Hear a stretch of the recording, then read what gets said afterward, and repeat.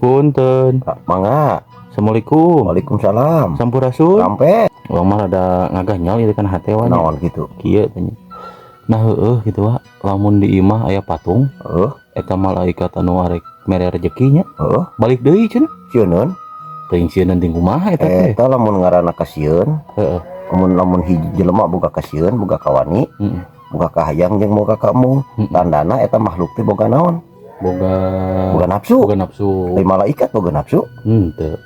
Lamun malaikat boga nafsu geus perang jigana ieu bejana jeung jelemanya. Bener. Atawa moal ngari awewe gitunya. Tak kitu. Ayeuna logikana kieu jang. Anu dagang baju arek di toko, arek di mall nya.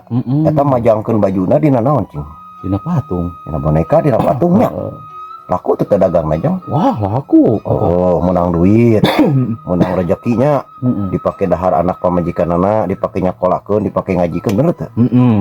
Bari bajuna diteuneun dina patung. Tah secara logikana eta mah kieu jang. Ari sifat patung teh pan ngajentul ngajedog wae nya.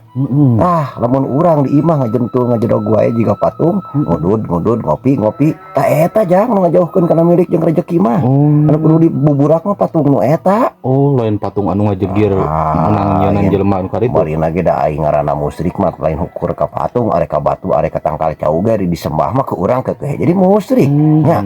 Ketika urang mangeran midua selain daripada Gusti Allah mah tong urus sifat ka patung ka manusia oge atawa kana politik cek Kang Dedi teh mah mi Gusti ka politik gitu we musyrik padahal teh lupa wae ieu mah nya atuh pikir we da kudu logis kira-kira orang pikir heula